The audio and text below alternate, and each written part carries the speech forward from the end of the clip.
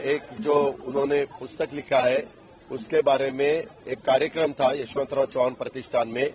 वो कार्यक्रम में मेरे ख्याल से गिरीश कुबेर जी और अपने राजीव खांडेकर जी ऐसे अन्य लोगों ने भी अपने अपने विचार सबके सामने रखे और फिर बाद में लास्ट में पवार साहब उनका खुद का जो कहना है उसके बारे में इसके लिए वो बोलने के लिए उठे।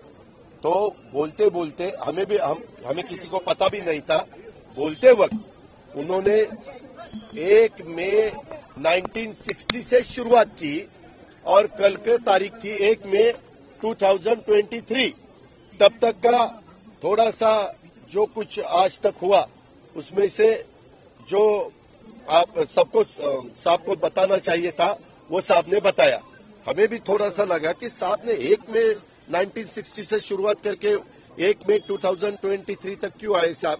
लेकिन बाद में पता चला ये सब बताते वक्त साहब ने बोला कि मेरा एज अभी 83 हुआ है, कहीं ना कहीं रुकना चाहिए, इसीलिए पार्टी का जो जिम्मेवारी है प्रेसिडेंटशिप की वो मैं उसका इस्तीफा दे रहा हूं।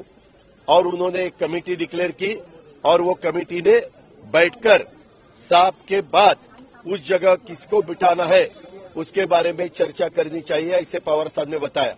ये कोई भी राष्ट्रवादी कांग्रेस पार्टी को लीडर को अच्छा नहीं लगा। यहाँ जितने भी कार्यकर्ता आए थे उनको अच्छा नहीं लगा।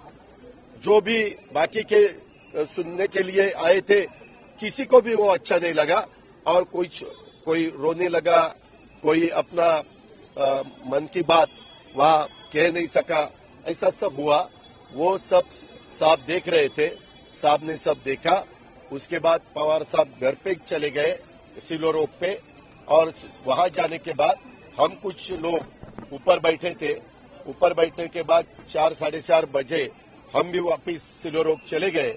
वहां भी 15-20 लीडर लोग बैठे थे और सबने साहब को बताया कि साहब कार्यकर्ता बहुत नाराज हुआ है।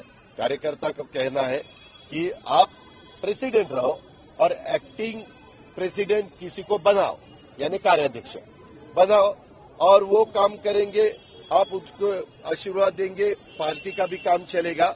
साहब ने उसके बारे में सबका सुनने के बाद उन्होंने बताया कि अभी आप भुजबल साहब, मैं भुजबल साहब और रोहित पवार उसको बताया कि आप तीनों वहां जाओ, सुप्रिया के साथ बात करो और मेरा जो मैसेज है वो सब कार्यकर्ताओं को दो कि आप यहां से जो बैठे वहां से अपने अपने घर चले जाओ।